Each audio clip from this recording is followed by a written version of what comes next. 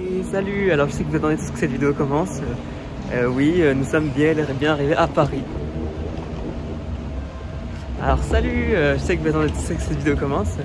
Oui, nous sommes bel et bien arrivés à Séoul, aéroport de Gimpo, qui est pas l'aéroport international principal, mais l'aéroport qui est le plus proche de Séoul. Donc moi c'est plus simple.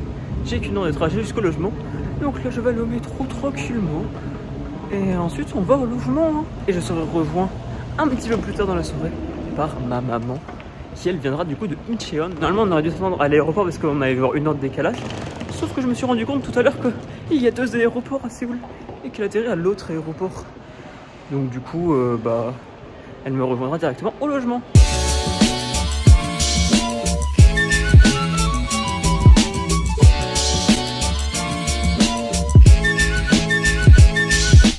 Bon ok, pendant avoir galéré pendant environ une quinzaine de minutes pour trouver la porte du logement, parce que seule indication que j'ai c'est simple, il faut appuyer sur le pad et taper le code. Sauf que quand il y a 3 portes avec un code pour rentrer dedans, comment on sait laquelle c'est, tu vois, genre j'avais aucune photo de la porte ou quoi. Par déduction, j'ai trouvé laquelle c'était, j'ai tapé le code 3 fois, ça marchait pas, j'ai envoyé un mail, j'ai envoyé un message sur Airbnb au gars, il m'a dit mais c'est bien cette porte, je fais ouais. Et je réessaye, tu vois, sur un coup de tête. Et en fait, c'est que depuis le début, je tapais bien le code, juste j'avais oublié de bien tirer la porte. Parce qu'il fallait un petit peu forcer, quoi. Et je savais pas. Bref, du coup, le logement est bien sympa. Voilà, il y a une chambre avec 3 lits simples, une chambre avec un lit double, petite salle de bain et de quoi vivre une bonne semaine, quoi.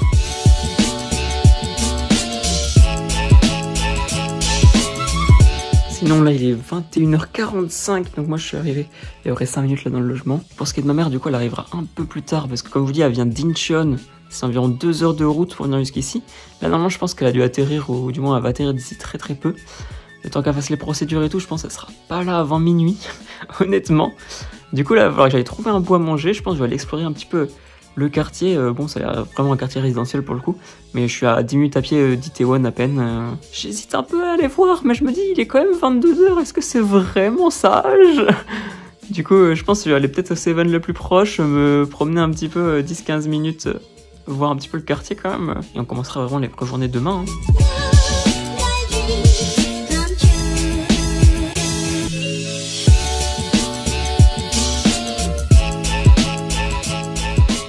Et salut, premier jour en Corée du coup, grosse galère ce matin, un iPhone oublié dans l'avion.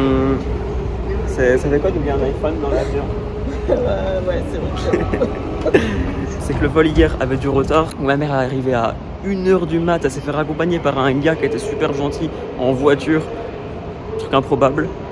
Et du coup après on allait se coucher tout tranquille, et là il est 13 h, on s'en va pour le marché. Je sais pas le nom, c'est impossible, ils sont trop durs les noms. Voilà, c'est parti pour cette première journée en Corée du Sud.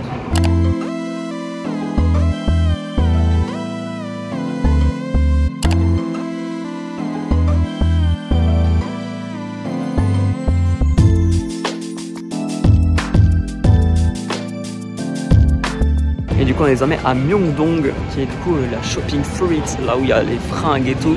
C'est juste à côté, ça même pas 5 minutes du marché où on était. Le marché il n'y avait pas grand chose, c'était un bordel sans monstre on va dire. Là on va voir un peu s'il y a des fringues à acheter, des trucs sympas.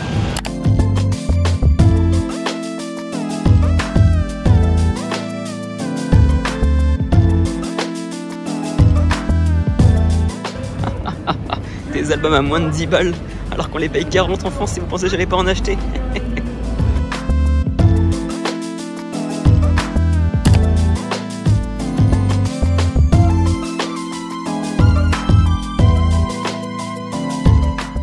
Et voilà, du coup jour 2 à Séoul. Aujourd'hui prévoit de la pluie, donc on a prévu un programme de fou. On va voir ce qu'on va faire, ça va être un peu improvisé. Et en plus c'est le jour de l'anniversaire de Bouddha, donc c'est férié, donc je risque d'avoir du monde. Tous au même endroit, wouhou!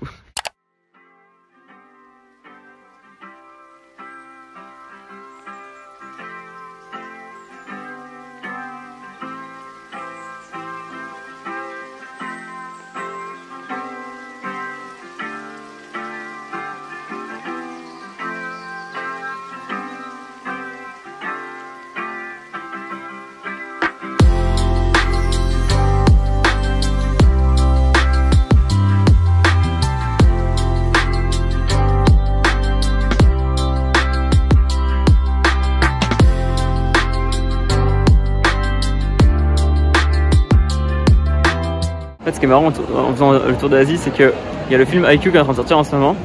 Et en fonction des pays, il est déjà sorti ou il va sortir. Là, en l'occurrence, en Corée du Sud, il sort aujourd'hui. Du coup, il y a une grosse promotion autour du film. Et en fait, dans tous les pays, il y a une promotion autour du film. À Taïwan, il était déjà sorti. Il y a des gens qui l'avaient déjà vu 8 ou 9 fois. Au Japon, bon, il est déjà sorti, mais on n'y est pas encore. En Indonésie, c'est pareil, il allait sortir. Non, mais c'est assez drôle. Et en France, il sort en juin, si jamais. Hein. Ou il sera déjà sorti au moment où cette vidéo sortira. Ça, c'est possible aussi. Très probable même. Nous sommes dans un temple bouddhiste. En fait, à l'occasion du coup de l'anniversaire de Bouddha, ils mettent énormément de lanternes un peu partout. Et tu peux du coup mettre ton nom sur la lanterne. Ça t'apporte de la prospérité. Ça coûte 50 000 won. Bon, des choses qu'on n'a pas faites. Mais il y a du coup beaucoup de gens qui se recueillent quand même en ce jour-là. C'est un peu festival quoi, dans le temple. Et c'était très joli à voir. Des gens très gentils en plus. Et là maintenant on est au centre commercial qui est juste en face, c'est le Coex Mall. C'était pour être l'un des meilleurs centres commerciaux de Séoul avec le Lotte World. Voilà, donc on va explorer ça un peu, voir ce que ça donne.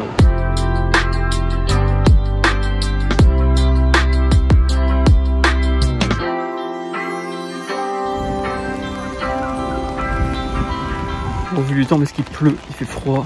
On s'est dit qu'on n'allait pas se tarder. En plus, pas mal de trucs sont fermés vu que c'est un jour férié. Donc bon, on est rentré vers 19h30 au logement. Et là, on ressort vers 21h30 pour aller manger quelque part. Si c'est pas fermé, bien sûr.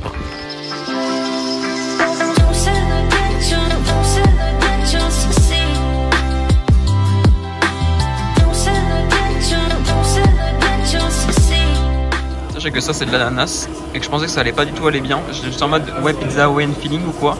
Et en fait je vous jure que ça se marie trop bien avec la viande. Le mec il m'a dit tu mets ça plus le goût de viande.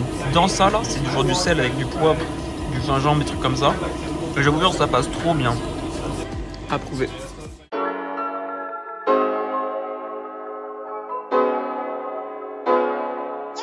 Bon après c'est réveillé, on allait manger un petit tteokbokki en légende, petit test et tout. En vrai c'est bon, c'est bon. Mais pourquoi ça pique encore? J'en ai marre de manger piquant tous les jours. Du coup on est au palais Gyeongbokgung, donc le palais impérial, très connu en Corée du Sud ici à Séoul. Très grand parc. Et on va aller visiter tout ça.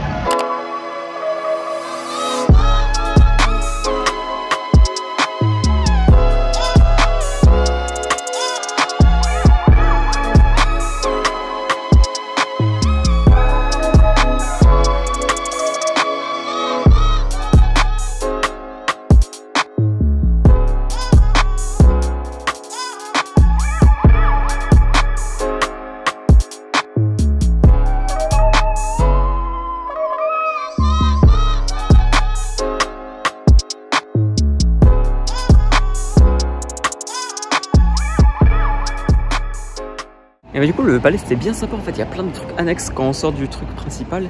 Il y a plein de petits temples, des résidences, des bibliothèques. Il y a vraiment pas mal de trucs très jolis.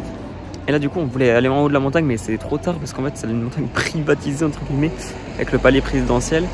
Donc là ça va faire à 17h30, il est 16h30, le temps de monter et de descendre c'est impossible pour sortir temps. Du coup le mec nous a juste dit bah c'est pas possible. On fait ok pas de soucis. Bon, au final on a vu que les sentiers fermaient à 19h et qu'il y avait un autre moyen d'y accéder. Donc on est en train d'essayer de trouver l'autre moyen d'y accéder. Introuvable pour le moment. Update, hein, on verra. Bon, du coup on a réussi à trouver le sentier. Il est 17h, ça fait à 19h. On a 2 heures pour monter, voir le coup de soleil et redescendre. Top chrono. C'est peut-être la randonnée le plus citadin que j'ai vu de ma vie.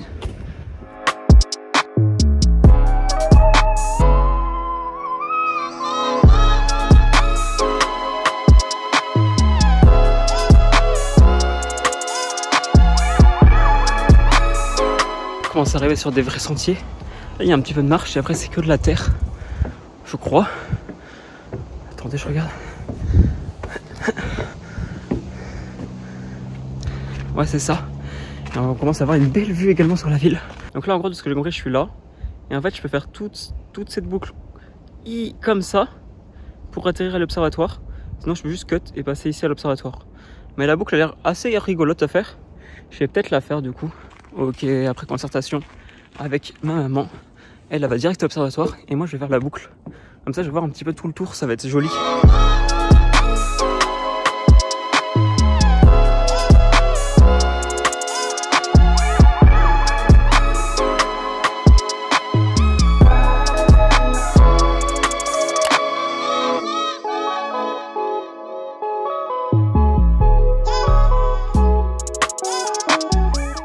final on sera monté en une vingtaine de minutes en haut. Donc 2 heures ça faisait largement. Bon, on descend. Ça nous a mis en bas de la montagne. Nous allons donc rejoindre le village d'ici quelques minutes très rapidement.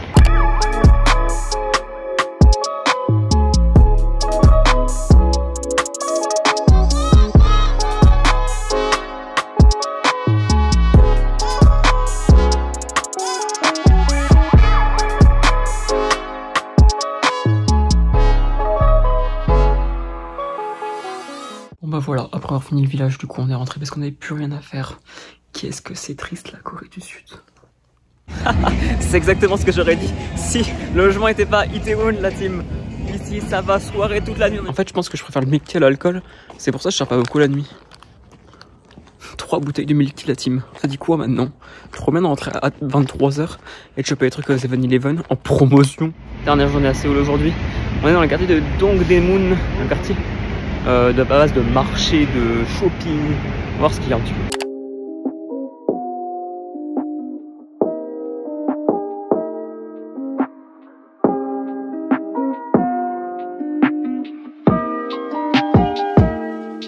Bon, du coup c'est quand même un quartier principalement textile en fait, on achète les matériaux pour construire les vêtements. Je suis pas assez fort pour ça, je suis désolé.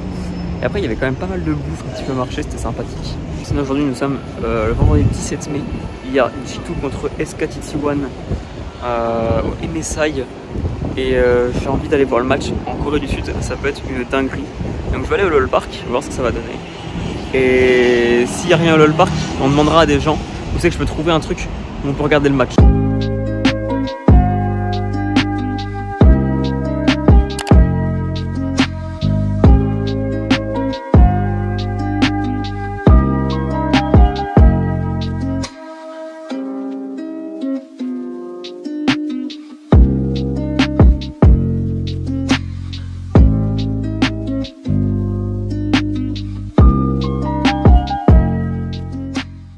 Incroyable, c'est trop stylé et du coup il y a vraiment une watch party. On va aller voir le match T1 G2. J'ai vu il y avait d'autres fans européens. On va créer une fanbase européenne, vous allez voir. G2 vont pulvériser T1.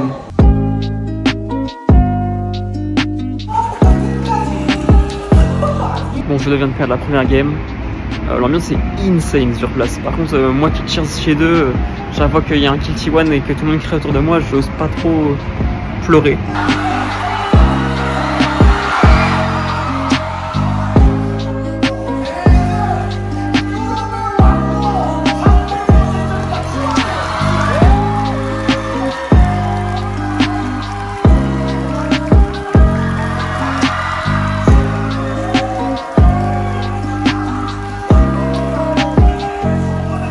Ouais, on parlera pas du résultat.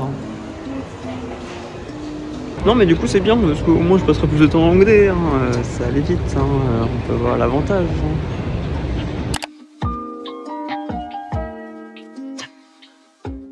Je viens de voir un mec littéralement vomir à travers la fenêtre de nos taxis qui roulait. 1 h du matin en Corée du Sud. Voilà, je suis en train de partir de Hongdae. Pour cette dernière soirée du coup en Corée du Sud, c'était bien sympa en Hongdae. Et là du coup donc je vais rentrer, je rentre d'ici une quarantaine de minutes je pense. Parce que demain on départ pour Busan qui est la 2e grande ville de Corée du Sud, qui se trouve au sud cette fois-ci.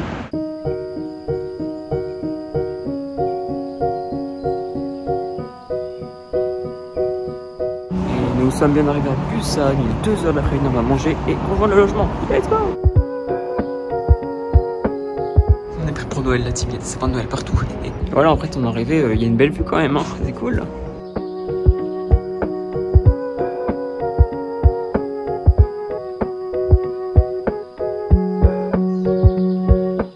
Bon, après avoir posé les bagages au logement, nous sommes partis dans le centre, enfin dans un centre animé, je sais pas si c'est le centre-ville, parce que j'ai l'impression que cette ville est en plusieurs parties.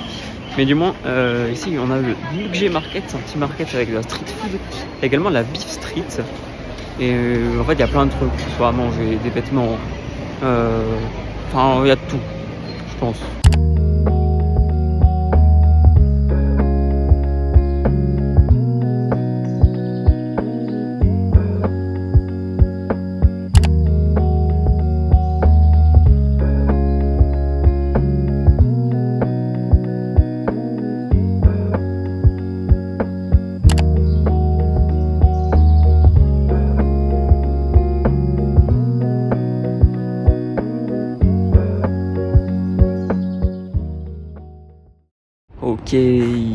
Première vraie journée à Busan aujourd'hui. On va montagne. En fait, on va commencer par faire un village culturel, donc c'est un village assez décoré. Et ensuite, on va partir voir des temples dans la montagne, ça va être joli.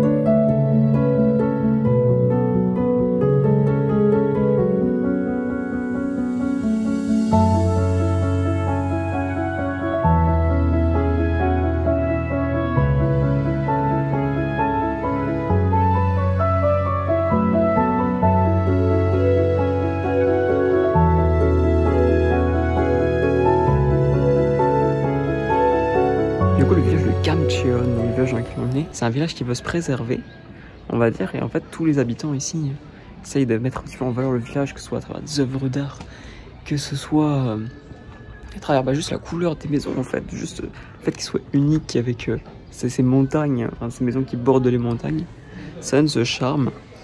Du coup, on a plein d'objets faits main, on a plein de petites maisons un peu sympathiques où vous pouvez retrouver des œuvres d'art, de l'art contemporain, généralement. Et puis, c'est bien sympa, bien cool à faire, c'est très beau, très coloré.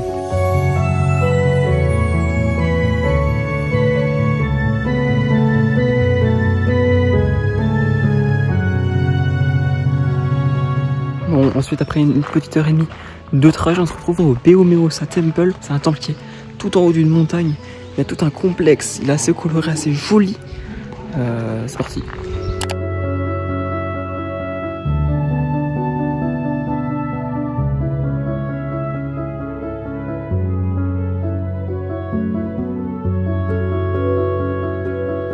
Bon, malheureusement ils ont enlevé toutes les lanternes. C'est les lanternes qu'il y avait pour l'anniversaire de Bouddha, du coup qui était le 15 mai. On est aujourd'hui le 19. Il en reste quelques-unes par-ci par-là, mais tout l'ensemble en fait qui faisait vraiment la couleur du temple a été enlevé malheureusement.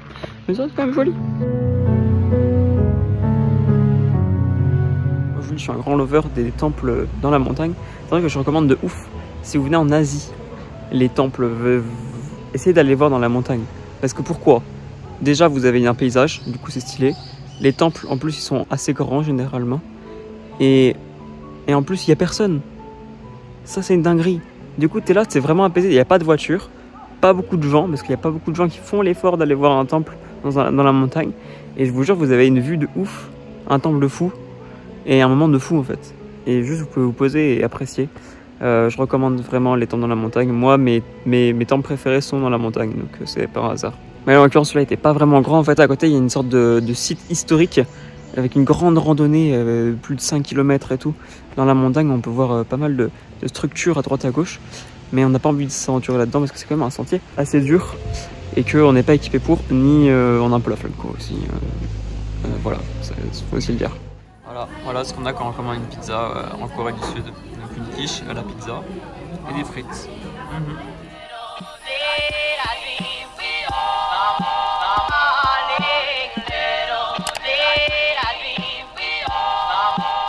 Bon, après avoir passé hier la journée sur la montagne, aujourd'hui c'est la journée bord de mer. Là on est à la plage de Haeundae, je sais pas comment on se prononce. Et ensuite on va essayer de longer un petit peu le bord de mer et rejoindre jusqu'au bout. Il y a un temple au bord de l'eau, c'est assez joli.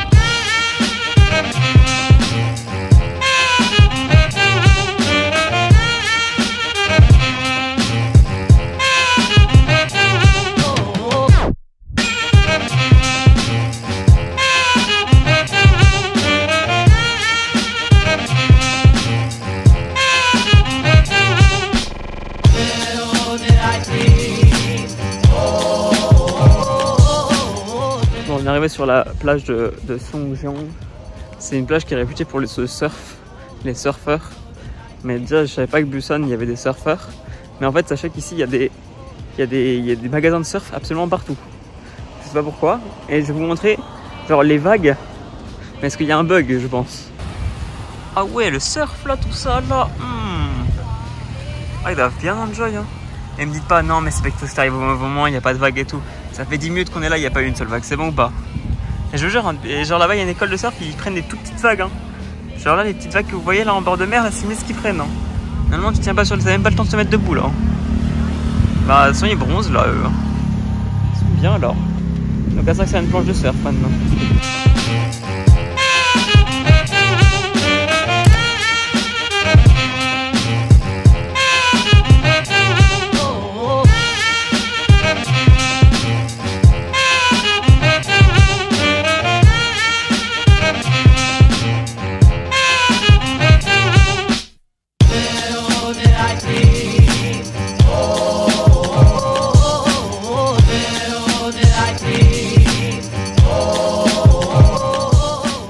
Bon, après cette journée bord de mer, du coup, on a un peu de chill dans un centre commercial.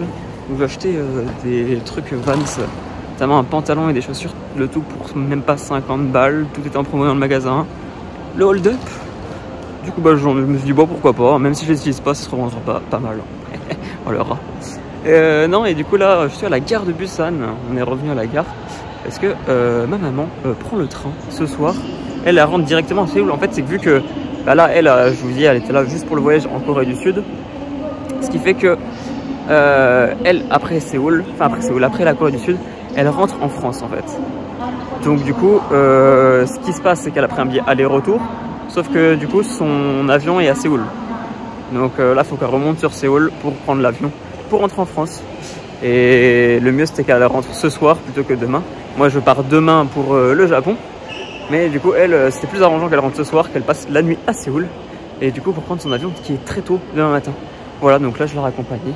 Elle vient juste de partir, il est 22 h. Moi, je vais aller trouver un endroit à manger, rentrer à l'appartement, plier mes bagages, chill, dormir, pour demain partir. Mon avion est à 13 h. Je viens de rentrer au Airbnb, ça fait super bizarre de rentrer tout seul. Parce que tu te dis, waouh, je suis arrivé, j'étais avec quelqu'un, et là, je rentre, il n'y a personne, pas de bruit, c'est trop chelou. Et demain, le départ de la Corée du Sud pour rejoindre le Japon. On va à Fukuoka, 1 heure de vol seulement. Ça, c'est cool. Bon, bah, c'est le départ. On s'en va profiter une dernière fois du paysage quand même. Là, il est 10 h, à peu près. Non, par contre, je vais avoir un grand défi. En fait, je vous explique. C'est que du coup, là, je vais à Fukuoka. Fukuoka, j'ai le droit à un bagage à main, un bagage cabine de 10 kg et un bagage en soute de 15 kg. Le problème, c'est qu'avec ma grosse valise, elle fait environ 20 kg à chaque fois. Donc elle passait parce que j'avais le droit à 20 kg, voire 25. Mais là, à 15 kg. Donc je me suis dit, bon, je vais faire 2 bagages. Je vais prendre un bagage cabine où je vais mettre un peu de poids. Comme ça, ça va essayer de répartir les poids. Vous allez me dire, mais mec, c'est normal. Là, rien de problématique. Ok. Du coup, voici mon bagage cabine. Vous allez me dire, mais ça rentrera jamais en bagage cabine. En fait, c'est que c'est un sac. Moi, normalement, ça, c'est mon sac que j'utiliserai en deuxième bagage en soute. Et juste pour ce vol où ça va être problématique, parce que c'est le seul où j'ai un bagage cabine et d'avoir un bagage en soute. Donc, en fait, il est pas rempli du tout. Et si tu le tasses, il rentre banal en bagage cabine. Sauf qu'il a pas la taille normalement d'un bagage cabine. Donc, ça va être le test s'il passe ou pas. Et cette valise, j'ai peur qu'elle fasse un petit peu plus que 15 kg. Donc, je vous avoue que je suis un petit peu en stress pour l'aéroport. Update quand j'y serai, hein, on verra bien. Hein. J'ai 1,50 kg trop. Ok, la première étape est passée. J'ai réussi à faire rentrer le bagage en soute, 15 kg tout pile. Ici, on est calculateur. Maintenant, ça va être l'étape du bagage cabine. Normalement, il fait moins de 10 kg, donc ça, c'est bon. Là, c'est plus au niveau de la taille où il risque de me faire chier. On va voir ça. C'est bon, je viens de passer l'immigration, tout est passé. Super simple en fait. Si vous avez un sac souple, je pense qu'ils s'en battent les couilles du bagage cabine. Ils ont même pas calculé le poids ou quoi. Impeccable. Bah, du coup, ça y est, je peux le dire. Hein.